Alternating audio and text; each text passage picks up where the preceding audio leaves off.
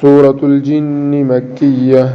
بسم الله الرحمن الرحيم. قل أوحي إلي أنه استمع نفر من الجن فقالوا إنا سمعنا قرآنا عجبا يهدي إلى الرشد فآمنا به ولن نشرك بربنا أحدا وأنه تعالى جد ربنا ما اتخذ صاحبة ولا ولدا وأنه كان يقول سفيهنا على الله شططا وأنا ظننا أن لن تقول الإنس والجن على الله كذبا وأنه كان رجال من الإنس يعوذون برجال من الجن فزادوهم رهقا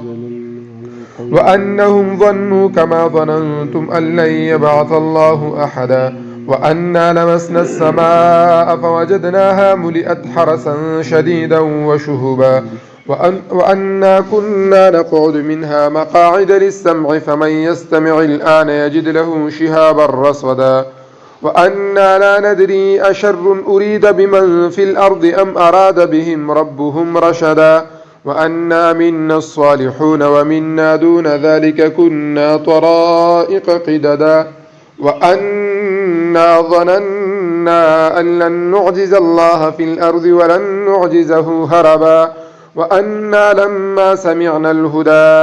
آمنا به فمن يؤمن بربه فلا يخاف بخسا ولا رهقا وأنا منا المسلمون ومنا القاسطون فمن أسلم فأولئك تحروا رشدا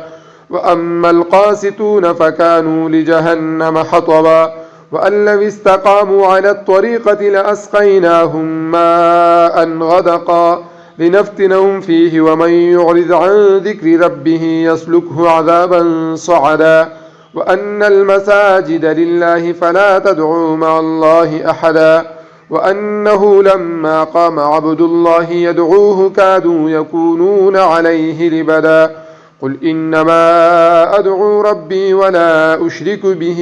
أحدا قل إني لا أملك لكم ضرا ولا رشدا قل إني لن يجيرني من الله أحد ولن أجد من دونه ملتحدا إلا بلاغا من الله ورسالاته ومن يعص الله ورسوله فإن له نار جهنم خالدين فيها أبدا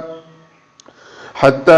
إذا رأوا ما يوعدون فسيعلمون من أضعف ناصرا وأقل عددا قل إن أدري أقريب ما توعدون أم يجعل له ربي أمدا عالم الغيب فلا يظهر على غيبه